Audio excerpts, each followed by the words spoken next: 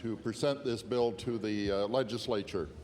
Mr. Speaker, earlier this month, a report was released on the renewal of public health in Canada in light of what was learned from SARS. In the report, Dr. Naylor and his colleagues urged all provinces and territories to take action to ensure that their health protection legislation provides the tools they need to handle infectious disease outbreaks, while at the same time respecting rights to privacy and civil liberties. Now is the time for us to take action in Nova Scotia. In the face of new and highly contagious diseases such as SARS, the current legislation is no longer adequate. Nova Scotians need to know that the people protecting them have the legislative tools they need to manage and contain whatever Mother Nature throws our way. This legislation was created after careful review of acts in other provinces and territories, identification of needs based on practical experience, and recommendations arising from the SARS experience. It also incorporates a number of the recommendations identified by stakeholders during the consultation process. During consultation, healthcare stakeholders consistently stressed the need for stronger legislation to protect Nova Scotians from public health threats. The new Health Protection Act will provide the legal framework for public health officials to protect the public and to prevent, detect, manage, and contain health threats without unduly interfering with civil rights and liberties. This bill provides the Chief Medical Officer of the province and the Minister of Health with some important new authority, and is consistent with what is happening in other parts of the country. It allows the province to protect public health in a balanced and contemporary way. To address the new reality of public health, the bill gives the province's medical officers of health the discretionary powers needed to deal with known and unknown public health threats. At the same time, the bill reinforces graduated response and due process to ensure that the rights of individual Nova Scotians are protected as much as reasonably possible. No action would be taken without careful review of the situation and feedback from relevant experts. This is the way public health threats are handled in the province now, and it is the way they will continue to be handled under the new Act. Mr. Speaker, I would like to spend a few minutes now outlining some of the more noteworthy improvements of the Act.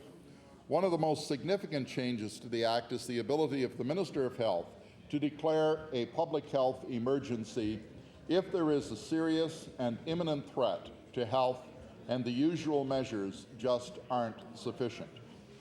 This would be done on the recommendation of the Chief Medical Officer of Health and would allow the province to secure the supplies, staff, and facilities needed to set up voluntary immunization programs, isolation or quarantine facilities, control supplies of vaccines and medical supplies, and other reasonable measures necessary to contain the spread of an illness. A public health emergency would only be declared in extreme circumstances after careful assessment of public health staff.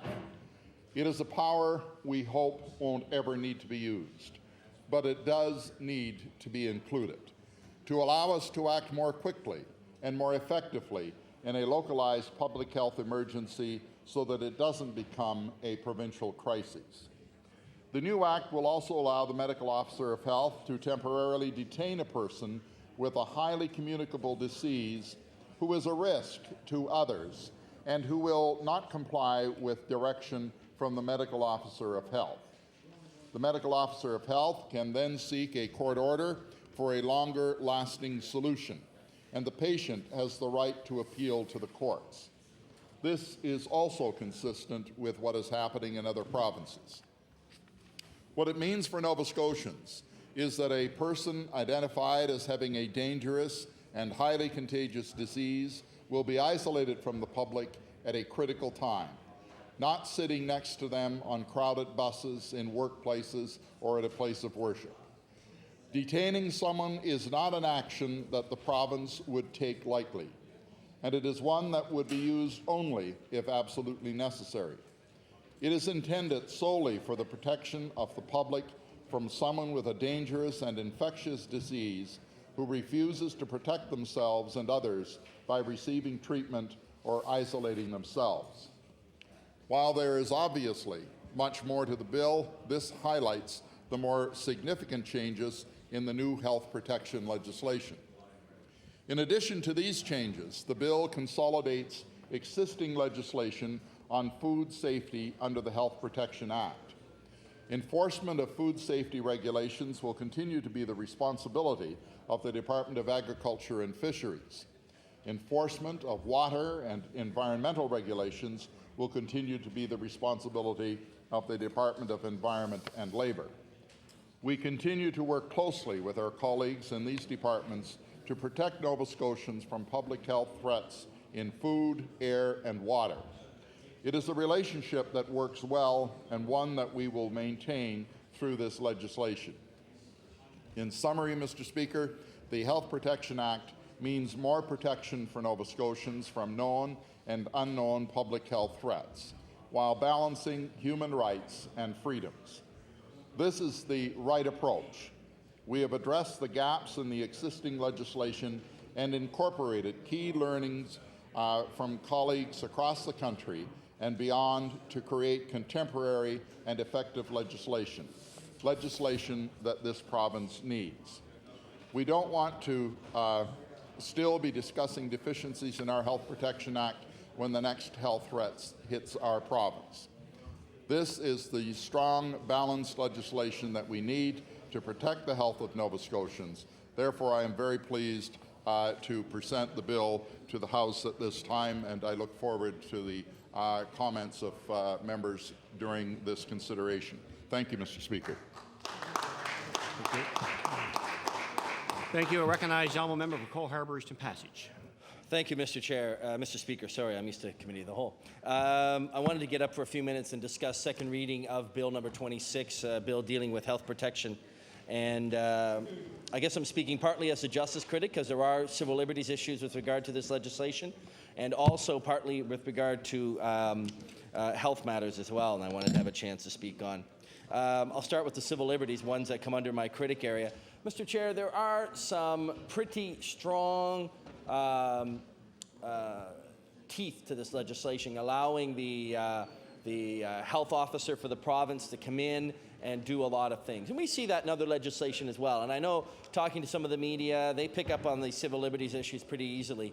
And I say to them, you have to understand that health and safety officers in this province, environmental officers, they have similar powers to enter a house, to enter a premises that's not a house. There are certain differences. But I think there are some things that could make this legislation stronger. And I'll say for the record to start with that our caucus will be supporting it at this second reading in order to have it go to law amendments so we can hear from those who will be directly impacted as to what they want to see in the legislation. So we're only supporting it conditionally to send it over to law amendments, Mr. Speaker. But one of the things that struck me was there are certain powers in this legislation, not getting into clause by clause, but there's certain powers in the legislation that allow for health officers and various people working in public health to enter a premises that's not a dwelling fairly easily, without permission, without a search warrant. As I said, these are things that we can find in other provincial legislation. But one of the things that strikes me about this that I think might be appropriate, and I've said this prior to standing up here today publicly, is that we need to potentially see an ability to judicially review if a public health officer or someone on behalf of the chief health officer for the province enters a house to take something as a sample, maybe someone to see whether there is something in the house that's causing an illness that could be an epidemic, or taking samples. I would suggest to you that these are things that should only be done if we are going to give them the right to do it without permission, without prior permission, without a search warrant.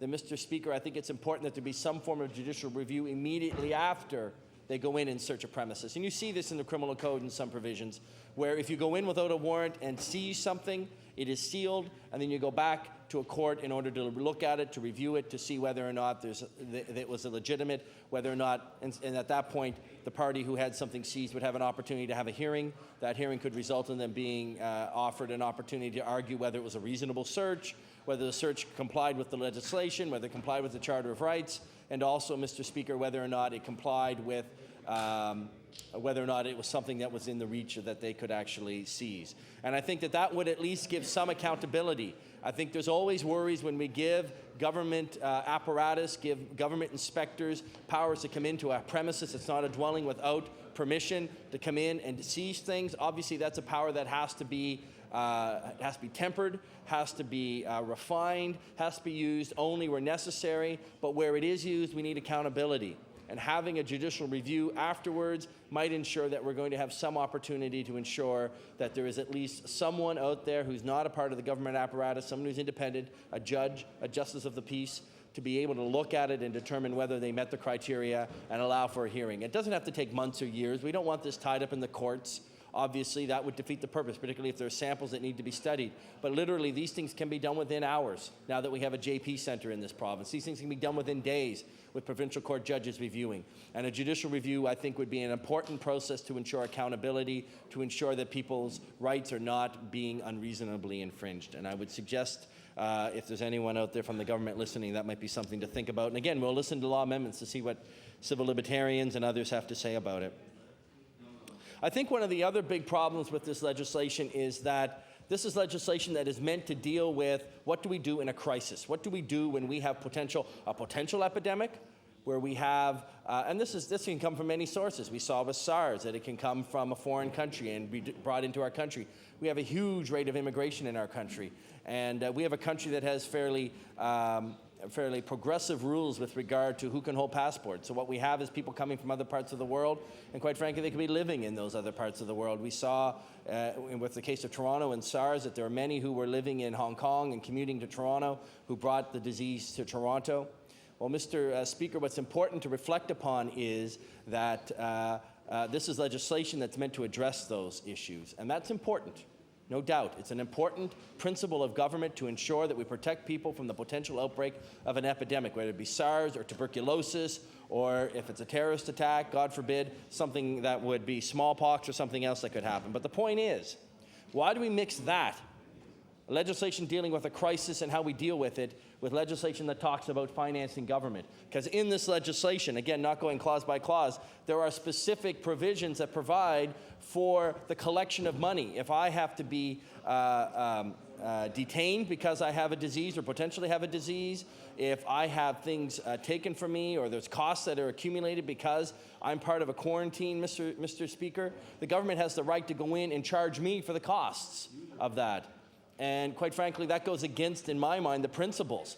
It's not very often that someone is the author of their own misfortune with regard to having tuberculosis or, SARS or anything else, and that being the case. And in fact, many cases, we saw with SARS, they were healthcare workers who were the ones that were exposed. They were the ones that were getting sick. And Mr. Speaker, we're going to ask them then to pay for their own detention? I think that's wrong. I think that goes against the purpose of this legislation. It's just only going to make someone less willing to want to be detained. And that's the last thing we need. We want to ensure that when someone has to be detained, they understand the need for detention is not only for themselves, but for the protection of the public. And if it's a public good that results from their detention, then so be it. Let the government pay for the detention. And it shouldn't be something that comes out of the pockets of someone who, from no ill will on their own part, becomes sick and has to be detained.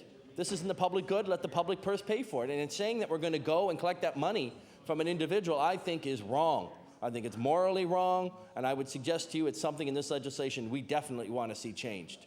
This legislation should deal with what happens when we have a crisis, when we have a disease, when we have an epidemic in this province, to make sure we're ready, to make sure what happened in Toronto doesn't happen here, to make sure what happened in Beijing or Hong Kong doesn't happen here. It shouldn't be about finding ways to collect money from these people because of misfortune, find themselves sick. And this legislation provides for those provisions, and we would say that's one thing we're opposed to in the legislation. I think it's also important to talk about, we're talking about protocols here. We're talking about providing more regulation into the healthcare sector. Look, it's important. If we have SARS in this province, an outbreak of SARS, we want to make sure that our healthcare workers are taken care of, that they are protected, that they are then able to provide the support they need to protect and to serve those who are sick as well, or potentially could become sick. Well, Mr. Speaker, the problem is we have a healthcare system that today we're announcing that we're limiting overtime. We're cutting staff, nurses in Aberdeen Hospital in New Glasgow. We're talking about freeze on hiring in the IWK Grace Health Complex. Clearly, we have a system that's having trouble keeping pace with its demands now. Yes, we have emergency rooms that are closed in, dare I say, Spring Hill at times, Mr. Speaker, or Strait, or Glace Bay, or Myra? Grand Myra? I didn't know Grand Myra had an emergency room, but I'll take your word for it. But the fact is that, Mr. Speaker, we still have crisis in the healthcare system. And I think a lot of people in this country 10 months ago, when they heard that the federal government was going to pour money into the healthcare system, assumed that these things were in the past, that we were now going to have a fully funded and appropriate public healthcare system. That's not the case. We still have a lot of problems. We have budgets that still haven't been approved by this government from the district health authorities. We see the ramifications of that with layoffs, with job freezes, with attrition, with overtime being slashed or abandoned. Well, Mr. Speaker, that clearly shows that we have a system that's still stretched to the limit, and on top of that, we're going to impose more protocols. We're going to impose more on them. And I would suggest to you, Mr. Speaker, we already have healthcare workers that are very stressed. And this may sound like a small point, but I think it's an important one. People who are stressed are more likely to catch disease. And the more we stress our healthcare workers, the more likely they are to be victims. And therefore, ones that are going to be are going to have to be detained or going to have problems dealt with regard to their health. And I would suggest to you that our healthcare workers are the ones that are most at risk. We saw that with SARS. Some people talked about not wanting to go to Toronto for fear of SARS. But the fact is, Mr. Speaker, that was a contained epidemic within the healthcare system. That SARS only really affected hospitals and nursing homes. It didn't affect the general public. Infect, I guess, is the other way of putting it. But the fact is, Mr. Speaker, we need to ensure that our healthcare workers are provided with the supports they need to do their jobs now. And if we're talking about this legislation, we better be darn sure that we're providing more support for them. This should not be another piece of regulation, of bureaucracy imposed upon them, where someone else in a suit is going to come by and call themselves a consultant at the hospital and tell them how they're supposed to do it, and give seminars and provide PowerPoint demonstrations, when in the end we don't provide fiscal support, we don't provide resources, we don't provide training to ensure that these workers have the ability to do their jobs now or even after this is passed. And I would suggest to you, like anything else in this House, passing legislation is only the first step. Implementing in a way to ensure, in this case, our healthcare workers are provided with what they need, I would argue, is also important. The other thing is we talk about nursing homes. And I think in Ontario under SARS, they closed the nursing homes to public. And we see that sometimes here with regard to flu in the winter. But the point is that in a lot of our nursing homes, because they're so stretched thin, a lot of the day-to-day details are done by volunteers or are done by family members for their family members who are patients. And, Mr. Speaker, it's important that we realize that if we shut these down because of an epidemic or potential health crisis or health emergency, they won't be there to do that. Again, more pressure on our healthcare workers, more problems they're going to face, more things they're going to have to deal with less time. And I would suggest to you these are all things. This does tie into our healthcare system. Let's not be naive and assume that this is just a crisis legislation that comes in when we have a serious problem. The fact is, a lot of training has to go on before a crisis actually occurs, and we have to ensure our staff in hospitals have the help that they need. So we have a lot of concerns with this legislation, whether it be the impact on healthcare workers, the impact on budgets with regard to our health authorities. We have concerns with regard to the civil liberties, Mr. Speaker. We want to ensure that Nova Scotians have a chance to be heard, to speak out about this, so they have an opportunity to give us their opinion on what they want to see. This legislation can be refined, it can be fine-tuned in a way, Mr. Speaker, to ensure that Nova Scotian civil liberties are not trampled upon more necessarily than they have to be. We can ensure that healthcare workers have the benefits they need, to have the support they need, but this legislation is going to have to be improved before we see that. And we will support it at second reading to see it go to law amendments, but after law amendments, we're going to want to see some substantive changes to this legislation. Thank you, Mr. Speaker. Thank you. The recognized honourable member for Glace Bay. Thank you, Thank you, Mr. Speaker. Mr. Speaker, I rise in my place to participate in this debate on Bill number 26, the Health Protection Act. Mr. Speaker, Nova Scotia is just the second jurisdiction in this country after Ontario to come forward with a Health Protection Act. And the current legislation in Ontario pertaining to health protection has been on the books since 1990, which is some time, Mr. Speaker, before we had such things as SARS and before the tragedy at Walkerton. Mr. Speaker, we're assuming that this government consulted with officials in Ontario as to whether or not the Health Protection Act there was insufficient to handle those situations, and if not, then the deficiencies hopefully have been noted and incorporated into this bill that we're discussing today, and I certainly look forward to confirmation from the Minister that that is indeed the case. Mr. Speaker, Bill number 26 is described by the government as aimed at dealing with an immediate response to health hazards, communicable diseases, and public health emergencies. Mr. Speaker, the government has tabled a bill, though, that contains perhaps several potential problem areas. There are considerable powers, first of all, Mr. Speaker, that are going to be invested in the Minister of Health, the Chief Medical Officer in the province, medical officers, and public health inspectors and nurses. And furthermore, the legislation has created a system whereby many of the powers of that act are going to be enacted through regulations to be drafted after the legislation has been passed. Now, this is not an uncommon practice, Mr. Speaker, but the concern with Bill number 26 is that there are so many references to what will be established in the legislation that it's potentially harmful if we're not privy to what actions this government is going to choose to take prior to the passing of this bill. Mr. Speaker, there are concerns about meanings of terms contained within the bill as well. There are sections in there that speak of a threat to public health and conditions of premises. Mr. Speaker, one could pose the question, what is a threat to public health? What exactly does government mean about conditions of premises? Is for instance, a loose railing or uneven steps to a house a condition of premise that is a threat to public health? Certainly, for instance, Mr. Speaker, it would be a threat perhaps if you were a letter carrier who has to use stairs on a daily basis to deliver mail. And I'm not trying to make light of the situation, Mr. Speaker, and the issue of health protection, but you have a bill that is so broad in scope and subject to interpretation that you can easily have a situation perhaps as minor as some weak stairs being interpreted as a threat to public health. So there are concerns that need to be expressed about the powers of authority, Mr. Speaker. For example, a medical officer under this bill will have the right to detain a person for 72 hours without a court order.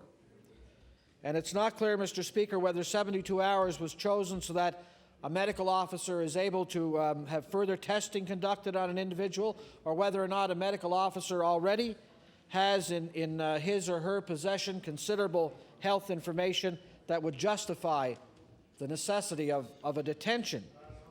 And, Mr. Speaker, if it is indeed the latter, then I'm sure you would agree that 72 hours without a court order is a long period of time. And, Mr. Speaker, we have concerns that this section is not very clear. Medical officers will have the right to access a tremendous amount of information from the bill, as the bill states, or a tremendous amount of information, that is, because the bill states that they can get that from all possible sources of information. And, Mr. Speaker, while the right of the medical officers to access information that deals with diseases and health hazards is a great goal, it has to be balanced, I would suggest, against the privacy rights of individuals. The right to access all possible sources of information, as it reads in the bill, Mr. Speaker, is very broad in scope. Mr. Speaker, one could ask, are all possible sources of information those are which contained in health records? Is that included, or does this clause enable medical officers to interview co-workers as a primary source of primary data to determine the health status of an individual? If a medical officer can conduct interviews with co-workers, is that not an invasion of privacy of individuals, Mr. Speaker, by relaying a health situation that an employee may or may not have been aware of previously. And again, Mr. Speaker, that's another example of just how broad in scope the power is and how it could possibly, I would think, lead to an invasion of privacy. There's another red flag that can be raised, Mr. Speaker, in the role of a public health inspector. The public health inspector in this legislation, in particular on page 7, is given the same power as a medical officer if he or she reasonably believes that a health hazard exists. Mr. Speaker, no disrespect to a public health officer, those individuals are trained in ensuring that facilities are adhering to certain pieces of legislation and regulations. Chances are that those individuals are not trained medical professionals, Mr. Speaker, that are fully aware of what types of orders or remedies are needed, for example, an extreme example, perhaps to contain Ebola or whatever the case may be. That's an extreme example, Mr. Speaker. In this act, though, they're given the power to order, to remedy, act, and mitigate a potentially serious disease that they are not trained in recognizing at the outset, Mr. Speaker. And even worse, if they are able to act, they are rather able to act if they reasonably believe that such a situation exists. Mr. Speaker, it would seem more logical that the duty of a public health official should be to make immediate contact with a medical officer for action as to whether or not he or she deems that it's necessary. Mr. Speaker, Bill 26 also grants some huge discretionary powers to physicians, to principals, to administrators, individuals, to report to a medical officer if they have reasonable or probable grounds to believe that a person has or may have had a notifiable disease or condition. Mr. Speaker, you know and I know that such powers granted to individuals, they really have the potential to create chaos. As an example, Mr. Speaker, let me give you an example. What if an individual saw a group of individuals, perhaps of Oriental descent, 2 of whom were coughing? And we know the scare that existed with the SARS outbreak, Mr. Speaker, in particular with people of Oriental descent. Any individual under this act can act on the belief that they think that cough that they witness may be the result of SARS, for instance, and they don't need to have any further medical evidence. In that case, hypothetical case, the assumption that they believe the cough would be SARS-related could be assumed by an individual to be reasonable and probable. Mr. Speaker, again, that's another example of where the actions taken by individuals are broad in scope. And a medical officer may also order that where a person refuses, is not, or is unlikely to comply with an order, that the medical officer may take whatever action they consider necessary and to use whatever force they consider necessary. Well, Mr. Speaker, on the surface, those powers speak of the role of which you would probably be quite familiar, of law enforcement.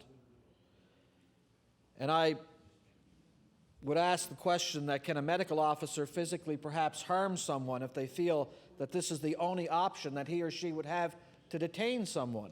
What if a medical officer approached someone and said that they reasonably believe that they may have tuberculosis, and the individual says, well, you're wrong in what you're saying?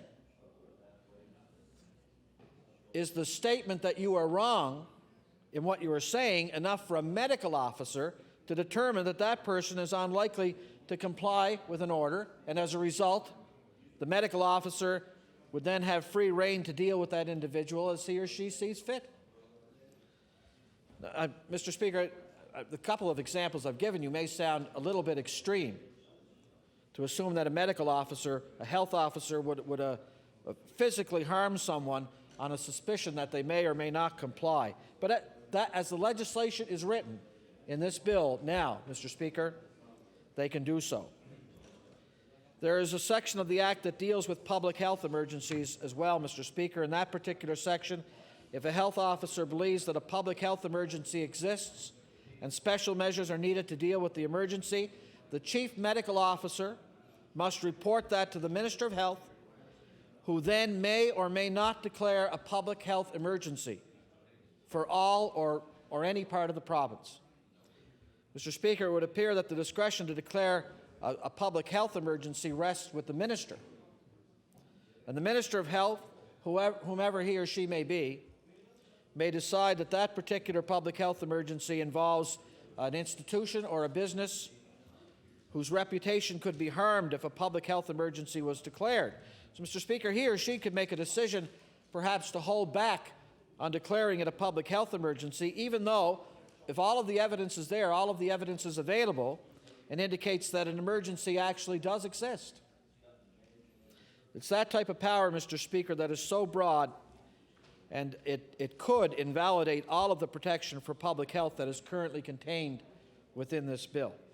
So, Mr. Speaker, if the Minister decides not to declare an emergency, even though a medical officer says that one exists, then where is the protection for the people, Mr. Speaker? Well, Mr. Speaker, and I just have a few more comments to make. Probably the point that we should make most of all is that what is not contained within the confines of this bill, what's not there, is probably just, if not more troubling than the contents that are in the bill.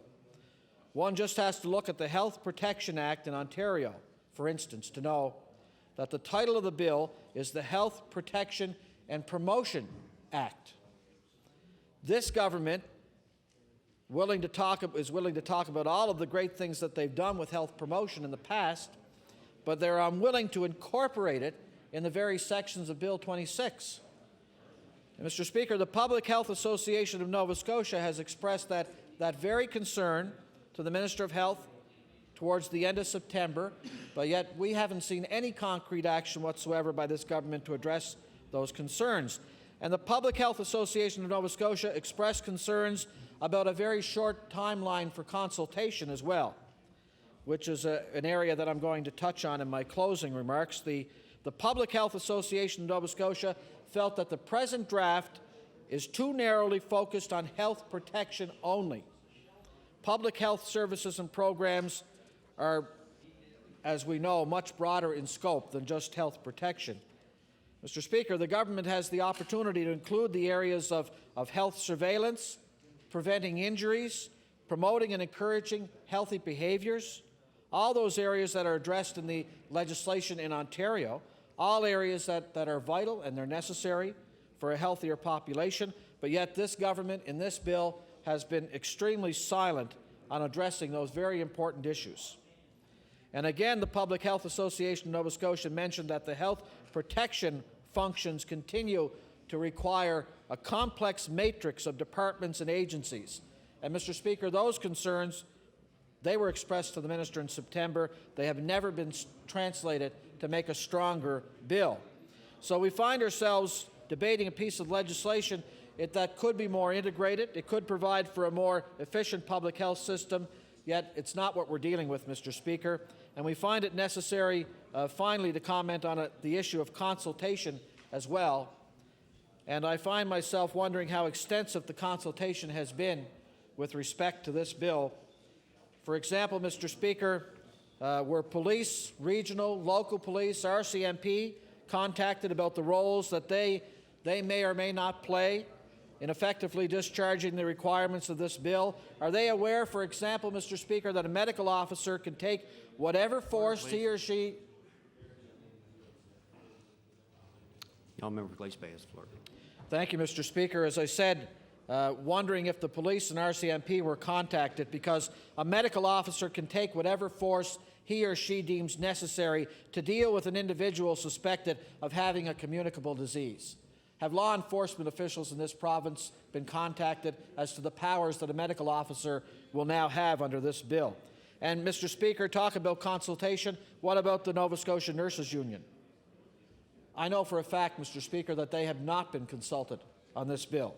It was the nurses in Ontario, Mr. Speaker, that found themselves in the middle of a health crisis there, and they're operating on a piece of legislation that served as a model for Bill number 26, which we're dealing with now. So, Mr. Speaker, does it seem logical that nurses could also play a more active role in the protection of people in this province? Of course it does.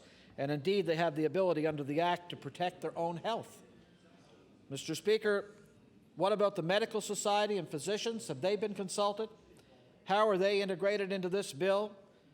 And is this a seamless integration so that the Act becomes a tool for health protection as it's intended and not a hindrance? And let me close with just one final comment, Mr. Speaker. The goals of this bill are laudable. The contents contained within the clauses and the lack of coordination and integration are somewhat troublesome, Mr. Speaker.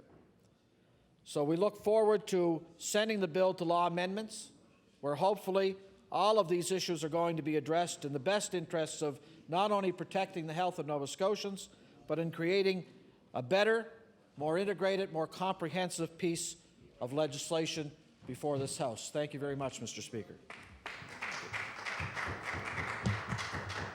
The honourable member for Halifax, Shabakdo. Mr. Speaker, thank you. I would like to associate myself with the comments made a little earlier by my colleague, the honourable member for Cole Harbour Eastern Passage. I also wish to associate myself with many of the comments made by the honourable member for Glace Bay. Both members, I think, have made comments that in the end come down to this. What they're saying to the government, what both parties in opposition are saying to the government, is that although the idea behind Bill 26, that is to say, to find some legal mechanism to strengthen what it is that we can do in times of medical crisis that amounts to a public health emergency is a sensible step. Nonetheless, important cautions have to be listened to. And the cautions that have been put in front of the House so far are ones that are very serious. I think both opposition parties are saying that we are prepared to see this bill go through second reading and move along to law amendments. But we are prepared to do that primarily because we believe that it's important that further consultations take place with the informed and interested sectors of the public. And we are prepared to do it because we have already identified changes that are probably appropriate to this bill. And it's one crucial change that I particularly want to focus on at the moment. And it has to do with this. It has to do with the question of when a public health emergency is to be said to have been established. All of the powers, or really most of the powers that are potentially problematic for citizens, flow from the declaration of a public health emergency. If there's no public health emergency, then really we're not dealing with anything that is beyond the usual. And I don't think there's any rush to get in place these changes to our laws.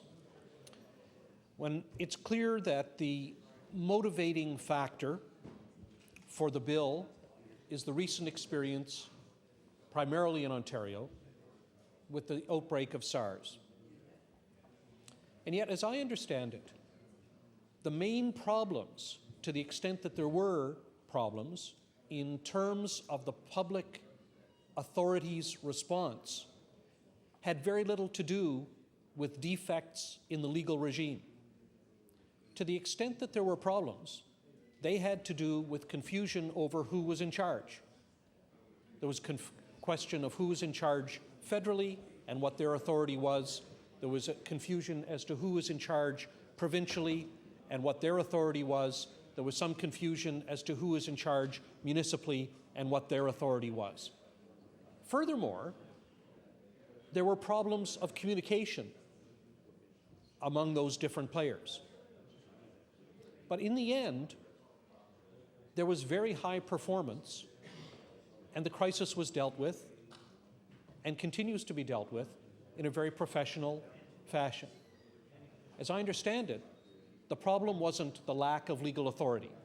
So while at the same time it's appropriate for us to learn from those circumstances and to take appropriate anticipatory action.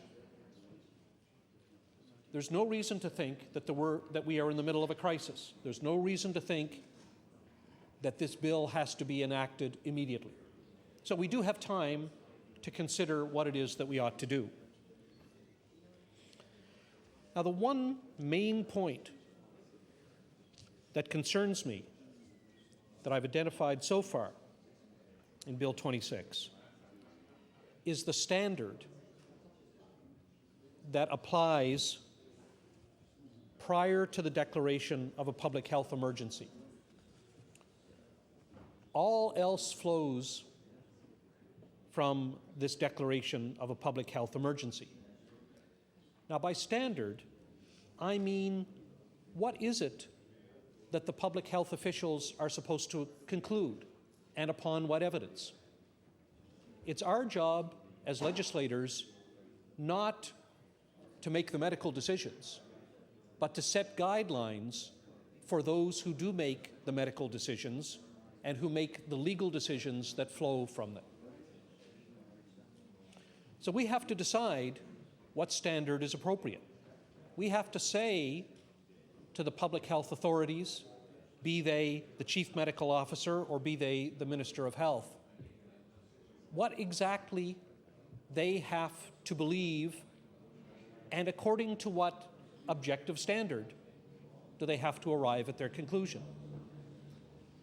We know that the barest of standards, and therefore the widest of authority, would be given by this legislature to the chief medical officer and to the minister if we were simply to say to them that they could, upon no standard, no specified standard, declare a public health emergency. This bill does not quite go that far, but it goes pretty far because what it says is that the chief medical officer merely has to believe that there is in existence a public health emergency. Elsewhere in the bill, after the minister declares the public health emergency, there are various objective standards, things that refer to believing on reasonable grounds, or in some places reasonable and probable grounds.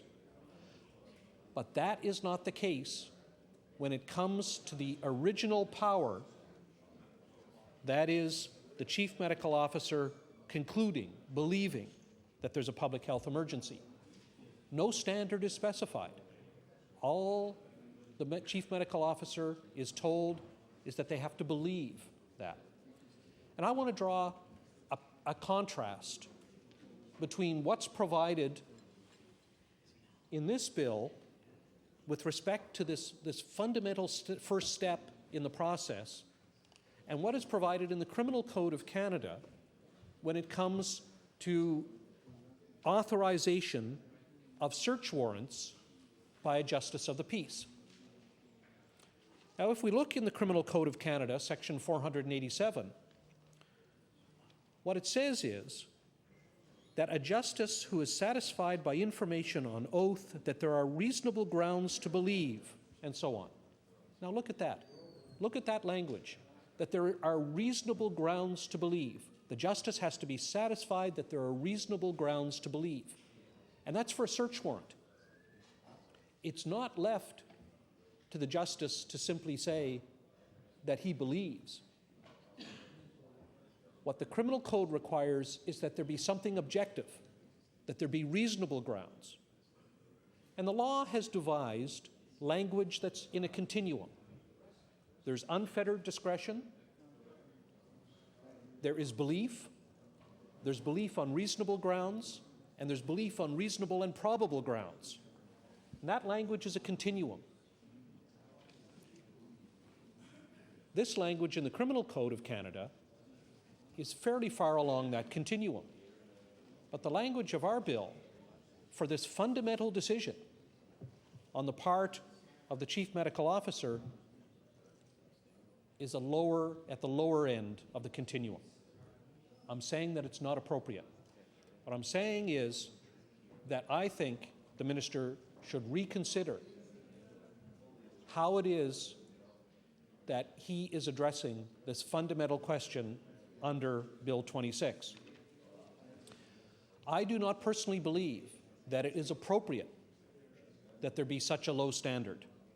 I'm suggesting to the Minister and to the members of this House that there should be an element of objectivity specified by us in this bill in order to give a hard guideline to the Chief Medical Officer and to the Minister of Health when they face the circumstances of deciding whether or not a public health emergency exists.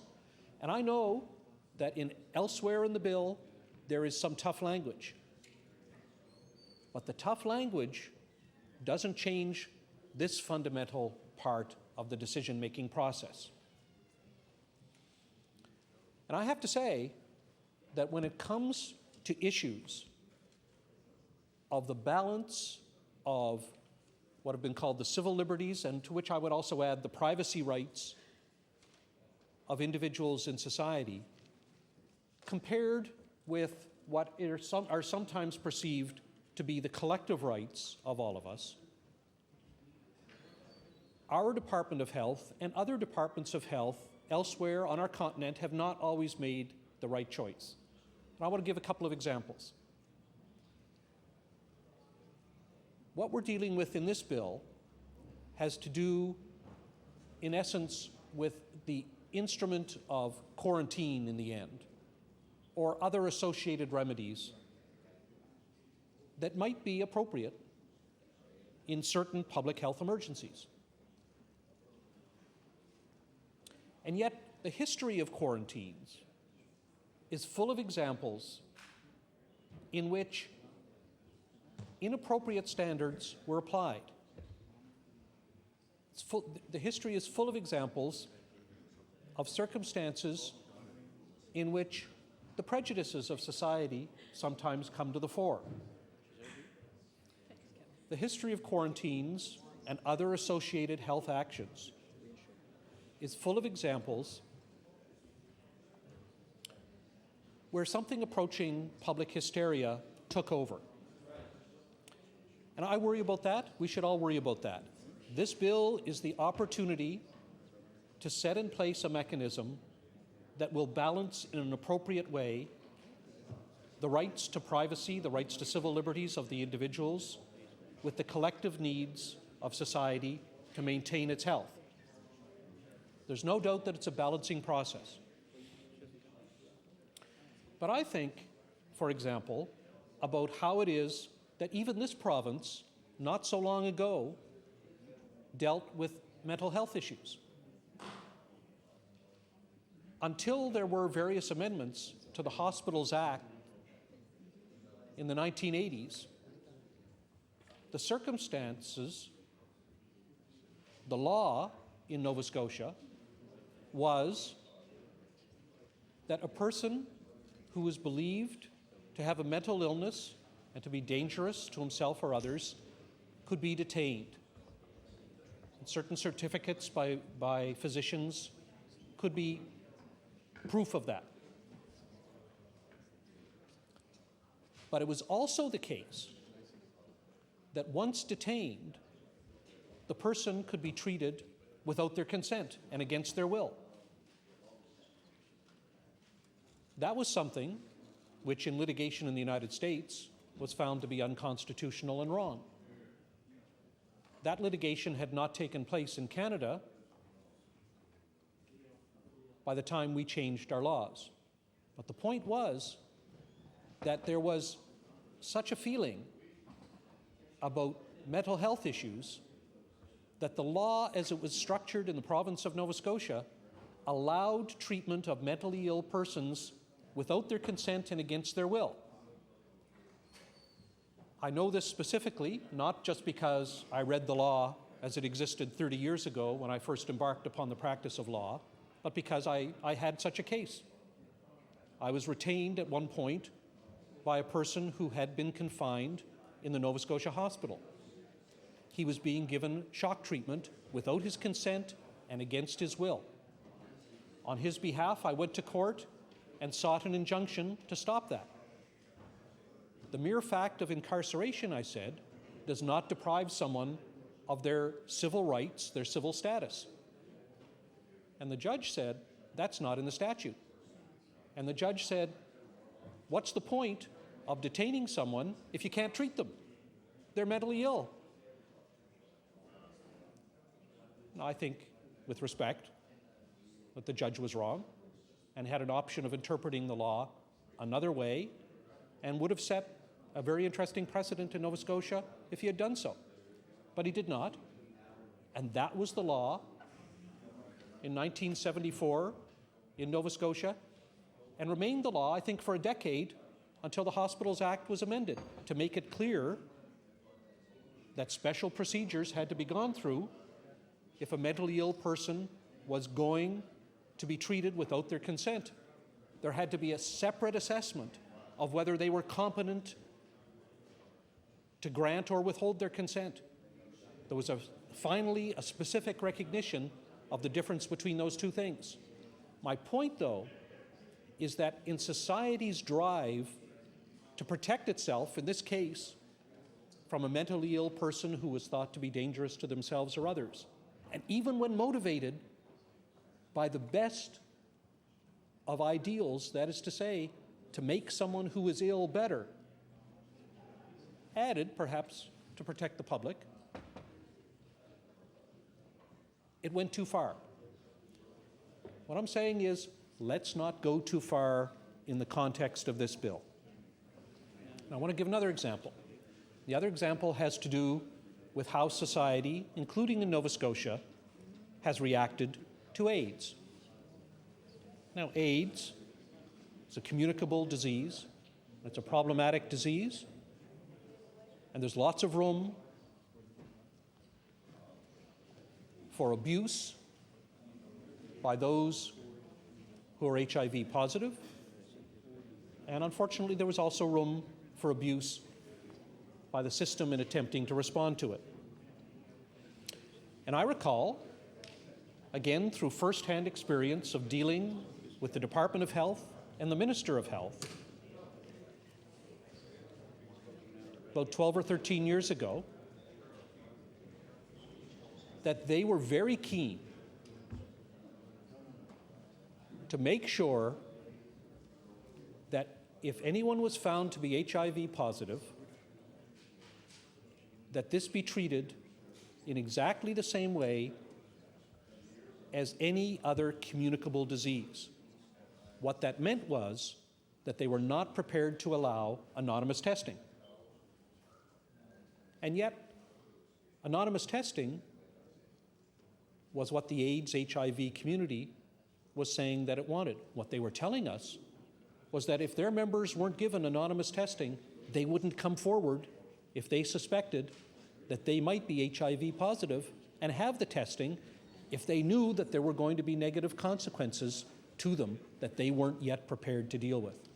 And by negative consequences in this context, I mean negative legal consequences. And of course, we had the Eric Smith case where privacy was not respected.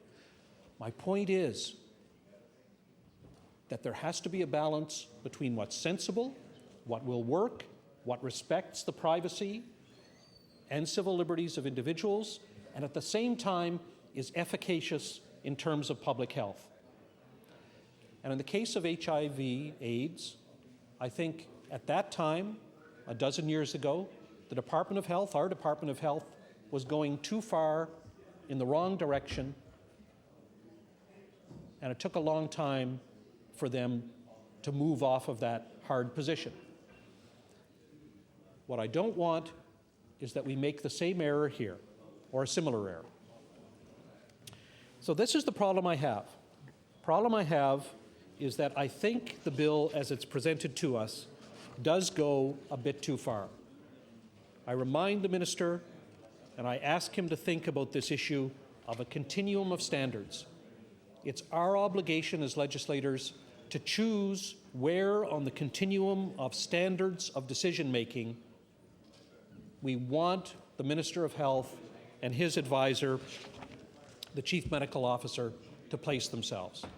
Now, I think I've indicated to the Minister one of the points, and I think it's an important point, that I ask him and his officials to consider as we move through the law amendments process.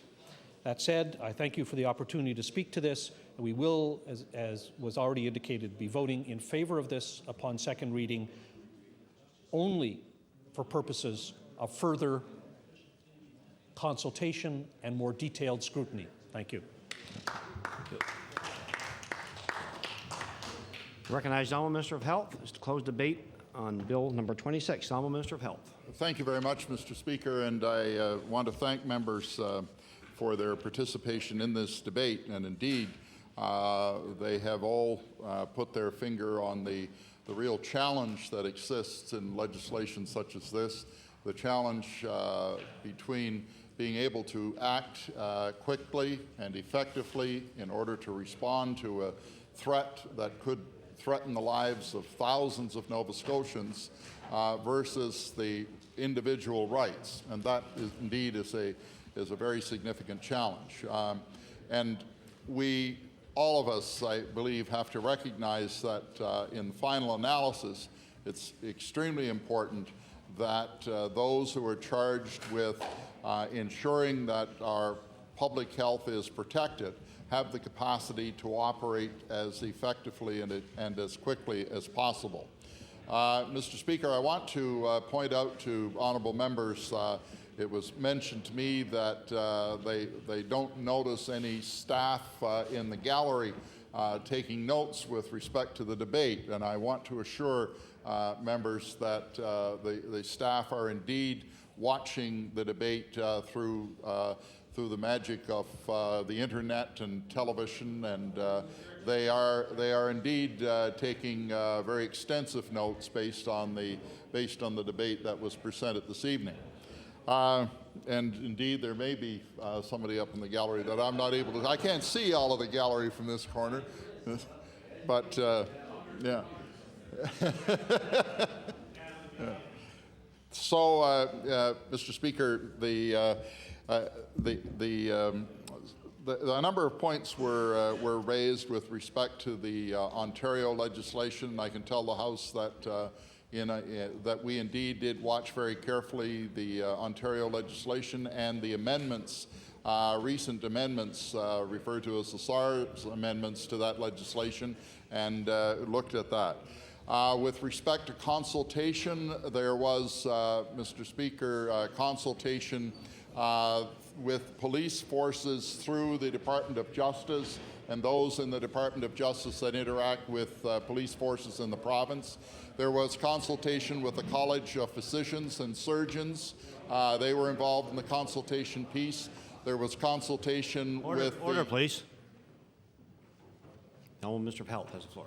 There was consultation with the College of Nurses in the province. So, Mr. Speaker, I want to relate that because those concerns were raised. I want, again, to simply remind members that we're dealing with a situation where if we are unable to act effectively, we could indeed threaten the lives of thousands of Nova Scotians. So the balance is one which is very delicate. At some point, Mr. Speaker, the minister has to take responsibility, whoever it is, has to take responsibility for the action. That's not something that can be left in the hands of public servants. Obviously, the recommendation must come from professionals, but the decision is one that must be made by a person who is accountable to the elected representatives of this province. And that is, so it is appropriate for that authority to rest in the hands of the minister. And I can say, Mr. Speaker, that the regulations were referenced in the debate, and the regulations are an extremely important aspect of all of this legislation. And what I want to say to the House is that before this legislation clears the legislature, if it receives the approval in principle that is being sought at second reading, then that would provide a green light for those who are involved in the drafting of regulations to work on those regulations so that the regulations indeed would be in a presentable form at the time the legislation clears the final hurdles in this process. And so that is something that we would want to be able to bring forward at that time. So with those comments, Mr. Speaker, I again want to thank members for their participation in the debate, and I'm extremely pleased to be able to present this legislation to the House.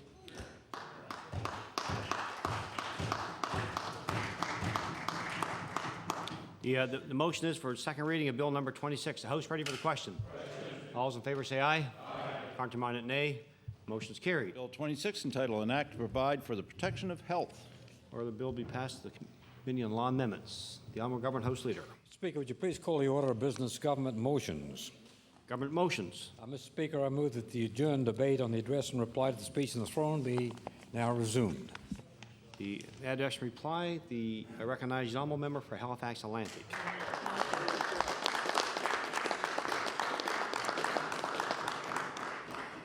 Thank you very much, Mr. Speaker. I believe I'm the last member to be speaking in reply to the speech from the throne. So, I know I will only be echoing very, very loudly everyone else's sentiments when I say that the opportunity to speak for one's fellows is a very rare and precious opportunity.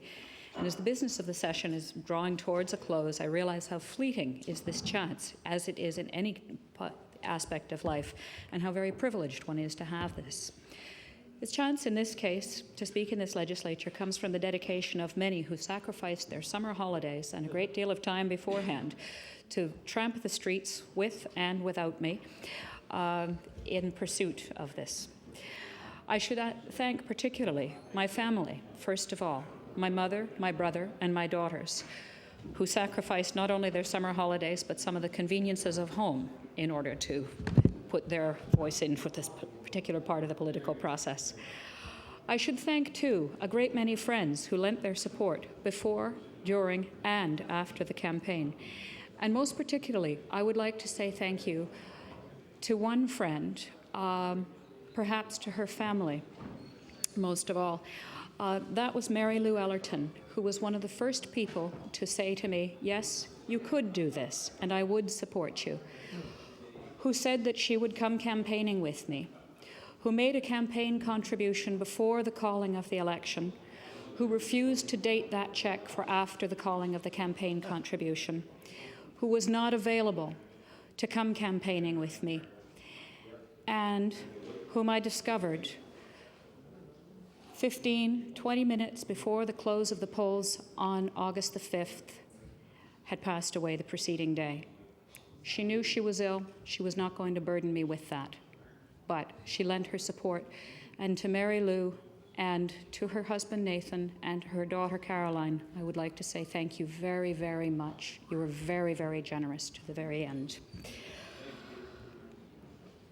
There were new friends as well and campaign allies. And I think that all of this speaks to the integrity of the community from which I come. I've been privileged in countless ways throughout my life, but one of the greatest privileges has been the fact... The honourable member for Halifax Atlantic has the floor. One of the greatest privileges that I have had has been the fact that my parents were devoted and wise enough to come to Nova Scotia to live, and particularly, perhaps, to Halifax and to Halifax Atlantic, appreciating the remarkable qualities of this place. I've lived away from Nova Scotia, but I've always come back. And I think that one of the things that has brought me back and that has kept many people here, or brought them back if they have left, is the historical context of this place. In Halifax Atlantic, one lives at the interface of rural and urban landscape. And it's wise to keep in mind the fact that this is a story taking place all over this province. In some places, it is only barely beginning. In others, as in the core of Halifax, it is a process well along its way. Nova Scotia is a special place, partly because it's the leading edge of the North American continent for explorers coming from Europe and from settlers. It has always been conspicuous. It first appears, Halifax, in fact, and even Halifax Atlantic, the Northwest Arm, and Cézanne first appear on the maps of Champlain in 1604 as he began to reconnoiter the coastline, and he noted a great and beautiful harbor at Halifax which was to become later Chibouctou, the settling place of numerous French fishermen, those who came to fish on the eastern shore and McNabb's Island, and to become the focus, in fact, of controversy long before the eruption of the French and English battles. People were focusing and saying, at Chibouctou is one of the harbors which one would want to fortify. New England made proposals for the development of timber and pine and paint at the Chibouctou harbor in the 1690s, and England, already casting a jealous eye, felt that it would be better for that place to be developed under the British aegis specifically. When, of course, that came about, as we all know, in 1749, Halifax was settled quite consciously with an eye to its defensibility, and that defensibility has dictated the character of my constituency, Halifax Atlantic, ever since. Farm lots and fortification were on the peninsula, but behind that peninsula was something called the Hawkes River, or the northwest branch of the harbor, a fine freshwater navigable river, which didn't pan out. However, it makes a very fine defense for the city of Halifax. And as farm lots were laid out on the peninsula and gradually expanded, fish lots were granted as well on the northwest arm. The companion piece to the fish lots of James Jordan, James Williams, and Nathan Ben Sadi Nathan was also a grant on the far side of the northwest arm. 200-acre grants which supplied fresh water for ice and the preservation of the fish which was caught and sold. Those lakes, one still known as Williams Lake, fed streams which coursed down the far shore of the northwest arm. And as you may have noticed, Halifax Peninsula, in Halifax Peninsula, water power is in extremely short supply. Not the case on the far side. So those streams actually powered some of the earliest industries in Canada. The first shovels in what we call Canada were manufactured at the head of the northwest arm on the stream powered from Chocolate Lake, on the stream which flows from Chocolate Lake. The earliest self-fastening skates were manufactured there as well. Paint. English companies came, Henderson and Potts came to manufacture paint at the head of the northwest arm. And the story of the change from raw industry, sawmills, lumber, stone quarried at Purcell's Cove, is partly the story of Nova Scotia, as from raw industry and the development of a rough settlement, people began to move towards an appreciation of the beauty of this place and the fact that it was possible to live a good and sustainable life there. One person who early appreciated the importance of the land beyond the northwest arm was William Spry, chief surveyor for the Army in Nova Scotia. And William Spry, like many government officials of his time, was an ambitious person in the acquisition of land. And he began to amass land on the far shore of the northwest arm, describing it as some good land, at least, at the back of the northwest arm. He was a wise man. And he realized that with the thin, sparse shore on the Halifax Peninsula, it would be a good idea to develop farming outside. And with the good land at what we now call Spry Field, which was his Spry's Field, he built a road and a farming community, which existed from 1784 until probably the 1960s. And that's one of the things that brought me to this House of Assembly, because as that farming community has been absorbed into the larger city, good things have happened, others have not been as good. One of the things which has happened, of course, with unplanned development in that area is what we sometimes call strip development, something that we have seen in other parts of the country, which is rarely beneficial to the inhabitants. And that, too, is one of the things which has brought me to this House of Assembly, a concern for the unheard voices of the members of the communities living there. The protection of zoning was one of the reasons that much of this land was brought into the city of Halifax in the 1960s. It was because unfettered development was doing tremendous damage to the social fabric and the historical fabric of the area. And it was felt that a city with a zoning system could benefit. That has been true. And the province has an important hand to play in the development of zoning systems throughout. Throughout all this, I will continue to harp on the importance of history in the development of any modern community. I detest waste, and many things are being wasted with careless or inadequate planning. There is no need for us to sell our birthright. A number of things are being sold perhaps at what we should describe as less than fair market value outside the province. These may include fish. They may include basalt. In some cases, they are lumber or gravel. Building sites which are abandoned, unremediated, and development moves on to another nearby. The Herring Cove Road is a source of great disturbance or unhappiness to many people living in that area, because it is full of abandoned commercial sites which have never been remediated, because it is less expensive for the owner to leave them lying fallow, unoccupied, without paying business occupancy tax. Less expensive to do that than it is to clean them up and prepare them for reuse. The planning system of the city at the moment permits this to happen and to move on. Order, please. All member Halifax Landing.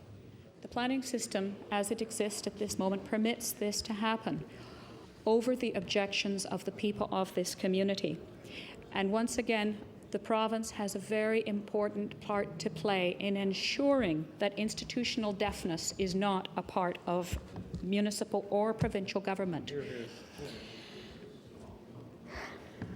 Another way in which waste takes place in a particularly tragic fashion, and often in my constituency, is the waste of people. How can people be wasted? People are wasted when their health is left to decay. We've all heard about the waiting lists which are accumulating at the QE2. We know that chronic illness plagues our community, and chronic illness particularly plagues the poorest of our society. One thing which I have noticed, which I've always known, is that mental health issues also drive people into poverty. Poverty, of course, drives people into further physical illness. And there are a number of people, in fact, a large number of people in my constituency who have, in fact, been marginalized in this way and whose health, physical and mental, is being wasted. I'm not going to go into great detail about what I would hope for the mental health system. I'm not going to go into great detail about what I would hope for the education system.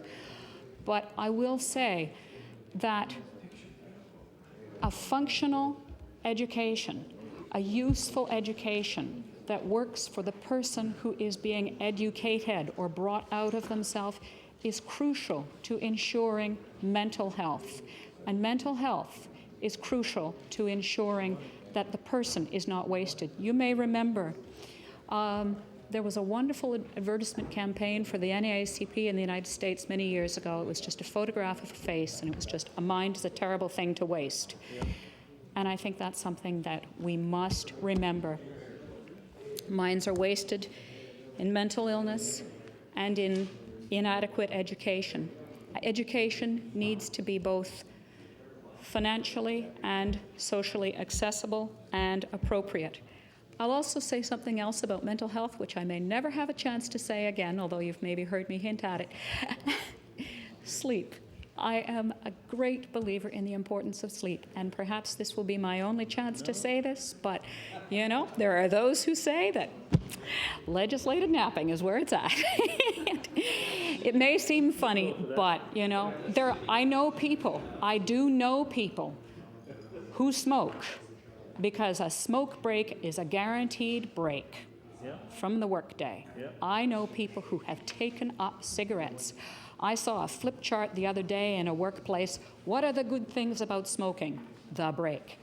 And you know, if we can't give somebody a cot instead of a butt, I don't know. Something's wrong. So I'll say it. It's important for mental health. Rest. Another very important part of this, no, only in that context. Only in that context. It'll be back. Don't worry. Another very important... Okay. And don't listen. Okay. We are suffering from an epidemic of stress-related illnesses, and I would have to pass on one very, very, very sad story. And I can't tell the name of the person, but you'll understand why. I was talking to somebody the other day who explained to me the routine of her day. And part of it was that at the end of the day, she would go to do the groceries for her mother. Her mother's 58 years old. She lives across the street from the grocery store. She has not left her apartment in 2 years. She has not left her apartment in the 2 years since someone broke in, raped her, left her for dead. Something is missing. There has been inadequate counseling. I mean, this woman is not an old woman, old enough that one would be surprised by this, but victim services are obviously inadequate in this case. Her daughter told me simply that she had run out of counseling time. Everybody suffers for this. There are many stresses, and some of these are things which quite directly have brought me into this election campaign, into this party. The stress of being unable to meet one's daily financial challenges is dreadful, and the situation with insurance is something which has exacerbated this absolutely dreadfully in all kinds of ways. We know that auto insurance is an almost insurmountable challenge. In many parts of my constituency, it's worse than that, because not only is it an almost insurmountable challenge, there is no public transportation. There is no provincial protocol which says that public transit must be supplied beyond a certain density of population. And I know people who have been unable to accept work because they cannot afford transportation and because there is no public transportation. That's been one of my causes. I can also give you a list of names of people who go without home insurance because they can no longer afford it because of factors which are completely beyond their control. We cannot afford to permit insurance companies from outside of the province of Nova Scotia to dictate social policy, how old the houses are which we will live in, where we will live. This, too, comes to the heart of one of my personal concerns, which is that with the heritage of our province, the built heritage, which has been a very important part of the development of this country. So insurance is a huge issue in dictating whether or not a building will survive. It's also an issue in dictating the delivery of social services. Numerous service groups we've heard mentioned recently are unable to afford liability insurance, and I have had at least 3 experiences over the past 6 years in my involvement with volunteer work in which government is simply withdrawing from the provision of government services. This is government at all levels. Whether it is the removal of playground equipment because it is an invitation to liability, the removal of signs indicating public property because it might invite people to enter on public property and perhaps invite liability, or the steady erosion of school field trips and thus education because of the cost of insurance travel.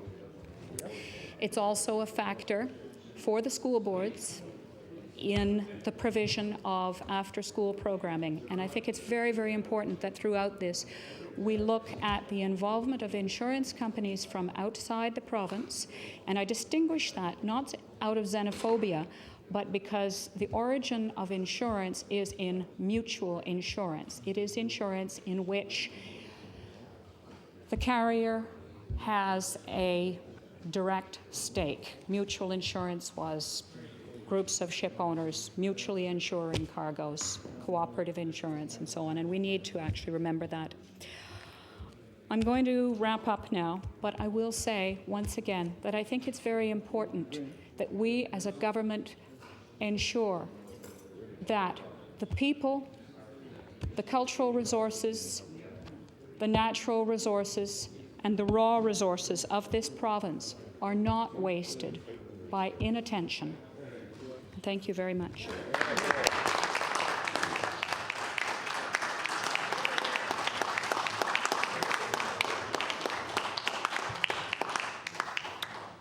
The Honourable Government House Leader. Mr. Speaker, I move the House to now rise to meet again on the morrow at the hour of 12 noon. The House, following daily routine and question period, will do public bills for third reading, and if we have any bills for public, for any other reading, Mr. Speaker, we will carry that out. So, Mr. Speaker, I move the House to now rise. Motion is the House adjourned until tomorrow at noon. Is it agreed? Agreed. All those in favor say aye. Aye. Contrary-minded, nay. Motion is carried. The House is adjourned until 12 noon tomorrow.